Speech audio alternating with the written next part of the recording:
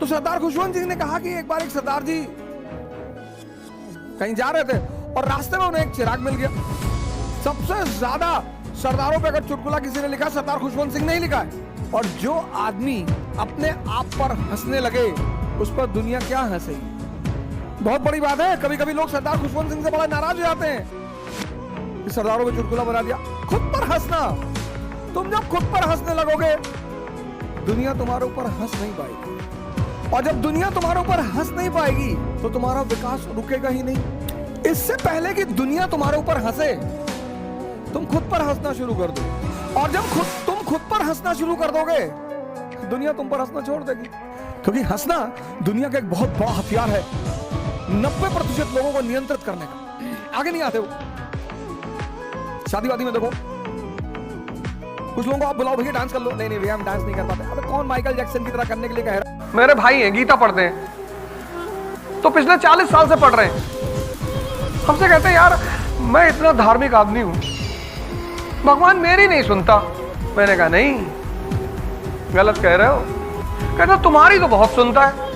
मैंने कहा तुम गीता किस लिए पढ़ते हो? कहा गीता पढ़ने से स्वर्ग जाएंगे।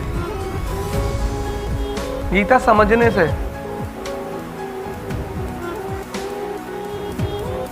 गीता, कुरान, बाइबल ये साइंस फॉर्मूला बताती है how to overcome the senses. Overcome, not to kill, not to suppress. समाज बहुत अजीब है। नीरज चोपड़ा का देखे, ओलंपिक गोल्ड बेचारा जीत के आया, पूरा गांव खड़ा। भैया हमने एक बार दूध पिलाया था, हमारी बकरी दूध दे रही थी तो हमने भी नीरज भैया को दूध पिलाया था। उनकी बकरी का दूध का एहसान है नीरज भाई पर। ये सब देखा करो वीडियो। पूरा गांव, पूरा शहर रास्ते में खड़ा है। एक बार नीरज भैया जा रहे थे और हमको देख के मुस्कुराए थे। ऐसा तुम्हारे साथ भी होगा, और हार जाओगे ना तो इतनी गाली पड़ेगी, और मजा दोनों में है। और हार के जीतने का जो मजा है, क्योंकि अगर हारे तो दुनिया पता चल जाती कि है क्या। जो लोग जिंदगी में कभी नहीं हारते ना, वो जिंदगी के अंतिम समय में बहुत परेशान होते हैं। क्योंकि अंतिम समय में अगर यूटिलिटी खत्म हुई और दुनिया ने साथ छोड़ा, तब जीना बहुत मुश्किल हो जाता है। इसलिए जिंदगी में कभी कभी हारना भी बहुत जरूरी है। बाबर का एक बड़ा फेमस स्टेटमेंट है, सरायपुर के युद्ध हार गया 1504 में, सेंट्रल एशिया उसके हाथ से निकल गया। उसके दोस्तों ने कहा अब क्या करेंगे? उसने कहा पहले तो भगवान का शुक्रिया अदा करेंगे। क्यों? हारने के बाद शुक्रिया? हाँ बोले बिल्कुल। बोला क्यों? तो उसने लाइनें कहीं बड़ी प्यारी सी। क्या हुआ जो मैदान हार गए, अभी सब कुछ नहीं हारे। क्या हुआ जो मैदान हार गए, अभी सब कुछ नहीं हारे। क्या नहीं हारे? वो अदम्य साहस और इच्छा शक्ति जो सर झुकाने और सजदा करने को तैयार नहीं। What thou the field be lost, everything is nothing. The unconquerable will and the courage never to submit and yield. कभी किसी भिखमंगे को राय देकर देखो, एक तो लगा देगा तुरंत।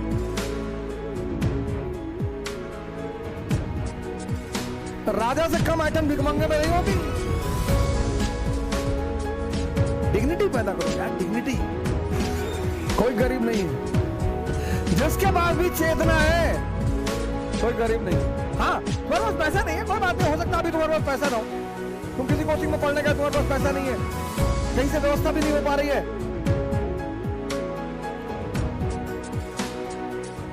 अब भाई बड़ी बड़ी कोचिंग रन कर रही है, उनका इंफ्रास्ट्रक्चर, उनका करोड़ों का महीने का खर्चा है, तो वो ऐसा तो कर नहीं सकती हर आदमी से पैसे ना ले। तो आपके जो इर्द गिर्द लोग हैं, रिश्तेदार हैं, दोस्त हैं, नात बात है, उनसे कह दो कि भैया पैसा दे दो, एक कंपनी का शेयर लेने जा रहे हैं, रिटर्न हो गया तो दे देंगे। इसी बहाने पता तो चल जाएगा कितने लोग आपके साथ हैं। अपने लिए जियो, अपने लिए। हारो सरेंडर कर दो, देने दो गाली, वो उनका धर्म है सर। आपने बहुत कष्ट दिया उनको कि आईएएस बन रहे हैं, प्रीलिम्स निकल गया मेरा, उनको झटका लगा कि अरे प्रीलिम्स निकल गया, हाँ अच्छा, फिर चला गया वैष्णो देवी की भगवान मेष न निकले किसी तरह से। उनको अपने बच्चे की चिंता नहीं है। फिर आप लौट कर आए मोहल्ले में कि भैया मेरा मेष भी निकल गया, खाना नहीं बना, 3 दिन मातम फैला रहा। फिर शिरडी चले गए, वहां भी हाथ पैर जोड़ कर आए कि अब अन्याय मत करना। वहां चल के आए शिरडी तक, पता लगा आपका इंटरव्यू निकल गया, फर्स्ट रैंक आईएएस में। था वो पड़ोसी भागते हुए आपके घर आया रोते हुए। हमने कहा रो रहे चाचा? बोले बेटा खुशी के आंसू, जब से तुम पैदा हुए तब से सोच रहे थे कि तुम्हें आईएएस बनता हुआ देखो। फिर चाची भी पीछे से आ गई मिठाई उठाई लेके, उनके बच्चे भी आ गए, भैया भैया भैया सेल्फी ले ले भैया। आपको लगा यार अच्छा हो सकता है। तुम देखो ताकत कॉन्फिडेंस देती है। अगर तुम शारीरिक रूप से कमजोर हो ना तो तुम्हारा कॉन्फिडेंस वैसे ही मरा रहेगा। और अगर तुम्हारी शरीर में ताकत है कि तुम 20 किलोमीटर भाग गए पैदल, कॉन्फिडेंस सिर्फ एक चीज से आ रही है, शक्ति। बाकी कॉन्फिडेंस तुम ला ही नहीं सकते। और मन को स्ट्रॉन्ग करने का तरीका है ध्यान।